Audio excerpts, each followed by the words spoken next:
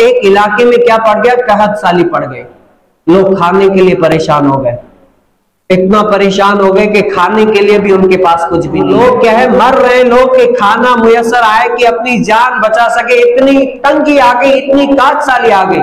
लोग जब बाजार जाते थे ना सौदा खरीदने के लिए, तब भी हर शख्स जो है ना परेशान परेशान, हर शख्स के चेहरे के ऊपर जो है ना गम के आसार नजर आते कि ये बड़ा परेशान है, इतना परेशान। हर कोई, सिर्फ एक नहीं बल्कि क्या है, सारे लोग परेशान होते हैं। इतनी वजह से किसी के चेहरे पर मुस्कुराहट तो नजर आती नहीं कि इसने कभी मुस्कुराया हो।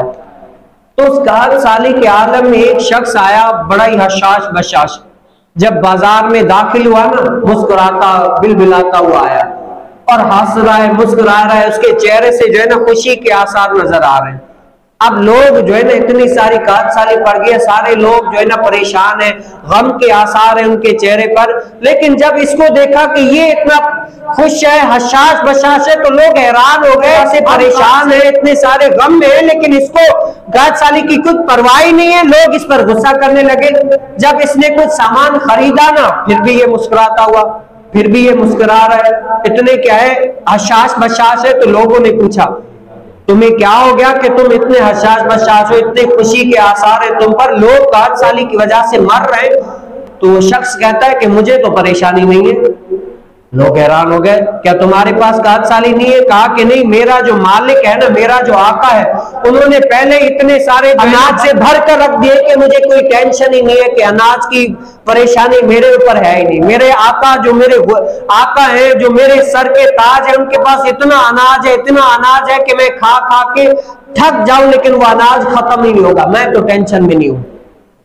यहां पर दाता अली हजवेरी रहमतुल्लाह ताला अलैह फरमाते हैं, अगर बंदे को इतना सा यकीन हो जाए ना, जितना उस बंदे को अपने आका पर इतना सा यकीन हो जाए बंदे को कि वो जितना उस आका पर, उस गुलाम का था कि मेरे आका के पास बहुत सारा माल है। दाता अली हजवेरी रहमतुल्लाह ताला अलैह लिखते हैं, अगर बंदे का अल्लाह के ऊपर इतना भी अगर तवक्कुल हो जाए ना, बंदा कामयाब हो जाएगा।